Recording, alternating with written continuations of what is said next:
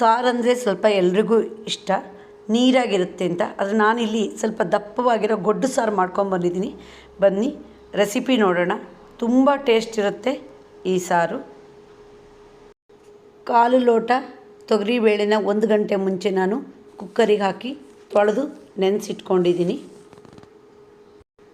ಈಗ ಅರ್ಧ ಸ್ಪೂನು ಅರಿಶಿನ, 1 ಸ್ಪೂನು ಕೊಬ್ಬರಿ ಎಣ್ಣೆನ ಹಾಕ್ತೀನಿ. ಪರಿಮಳಕ್ಕೆ ಅರ್ಧ ಸ್ಪೂನು ಜೀರಿಗೆ ಹಾಕೋಣ. ಜೊತೆಗೆ 2 ಈರುಳ್ಳಿನ ಸಣ್ಣದಾಗಿ ಹೆಚ್ಚಿಟ್ಕೊಂಡಿದ್ದೀನಿ. ಈಗ ಕುಕ್ಕರ್ಗೆ ಹಾಕ್ತೀನಿ.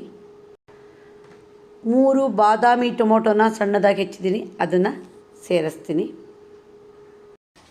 1 ಒಳಮುಷ್ಟಿಯಷ್ಟು ಕೊತ್ತಂಬರಿ ಸೊಪ್ಪನ್ನ ಸಣ್ಣದಾಗಿ ಹೆಚ್ಚಿಟ್ಕೊಂಡಿದ್ದೀನಿ, ಈಗ ಹಾಕ್ತೀನಿ. ಈ ಸಾರಿಗೆ ಹಸಿಮೆಣಸು ಹಾಕ್ಬೋದು. ನಾನಿಲ್ಲಿ 1/4 ಚಮಚ ಆಗೋಷ್ಟು ಜೀರಿಗೆ ಮೆಣಸಿನ್ಕಾಯಿ ಪೇಸ್ಟ್ ಹಾಕ್ತೀನಿ.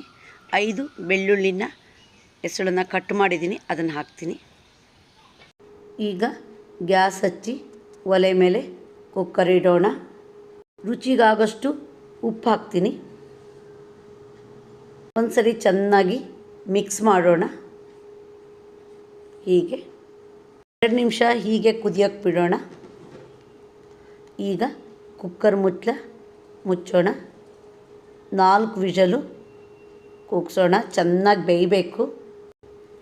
ಈಗ ಕುಕ್ಕರ್ ಮುಚ್ಚಳ ತೆಗೆಯೋಣ. ನೋಡಿ ಚೆನ್ನಾಗಿ ಬೆಂದಿದೆ. ಆದರೆ ಟೊಮೊಟೊ ಈರುಳ್ಳಿ ಎಲ್ಲ ಕರಗಬೇಕು. ಹಾಗಾಗಿ ಒಂದ್ಸರಿ ಮಸಿಯೋಣ ಚೆನ್ನಾಗಿ. ಈಗ ಮಸ್ತಾಗಿದೆ. ಸ್ವಲ್ಪ ದಪ್ಪ ಅನಿಸುತ್ತೆ, ಅದಕ್ಕೆ 1 ಲೋಟದಷ್ಟು ನೀರು ಹಾಕೋಣ. ಇದು ತರಕಾರಿ ಹಾಕದೆ ಮಾಡುವಂಥದ್ದು, ಅದರಿಂದ ಇದಕ್ಕೆ ಸಾರು ಅಂತಲೇ ಹೇಳೋದು. ಈಗ ಇದನ್ನು ಕುದಿಯೋಕೆ ಇಡೋಣ. ಈ ಗೊಡ್ಡು ಸಾರು ಅನ್ನಕ್ಕೆ ಮಾತ್ರ ಅಲ್ಲದೆ ಇಡ್ಲಿಗೆ ಸಹಿತ ನಂಚ್ಕೊಳ್ಳೋಕ್ಕೆ ತುಂಬ ಟೇಸ್ಟ್ ಇರುತ್ತೆ. ನೋಡಿ ಈಗ ಸಾರು ಕುದ್ದಾಯಿತು. ಗ್ಯಾಸ್ ಆಫ್ ಮಾಡೋಣ. ಪರಿಮಳಕ್ಕೊಂದು ಒಗ್ಗರಣೆ ರೆಡಿ ಮಾಡೋಣ. ಒಲೆ ಮೇಲೆ ಒಗ್ಗರಣೆ ಸೋಟ್ ಇಟ್ಕೊಂಡಿದ್ದೀನಿ. ಅದಕ್ಕೆ ಕರಿಬೇವಿನೆಲೆ, 4 ಒಣಮೆಣಸಿನ್ಕಾಯಿ ಚೂರು, ಪರಿಮಳಕ್ಕೆ ಹಿಂಗೆ ಹಾಕಿದ್ದೀನಿ. ಈಗ 1 ಸ್ಪೂನಷ್ಟು ಕೊಬ್ಬರಿ ಎಣ್ಣೆ ಹಾಕ್ತೀನಿ. ಅರ್ಧ ಸ್ಪೂನಷ್ಟು ಸಾಸಿವೆ ಕಾಳು ಹಾಕೋಣ. ಈಗ ಸಾಸಿವೆ ಕಾಳು ಫ್ರೈ ಆಯಿತು. ಸಾರಿಗೆ ಒಗ್ಗರಣೆ ಹಾಕೋಣ.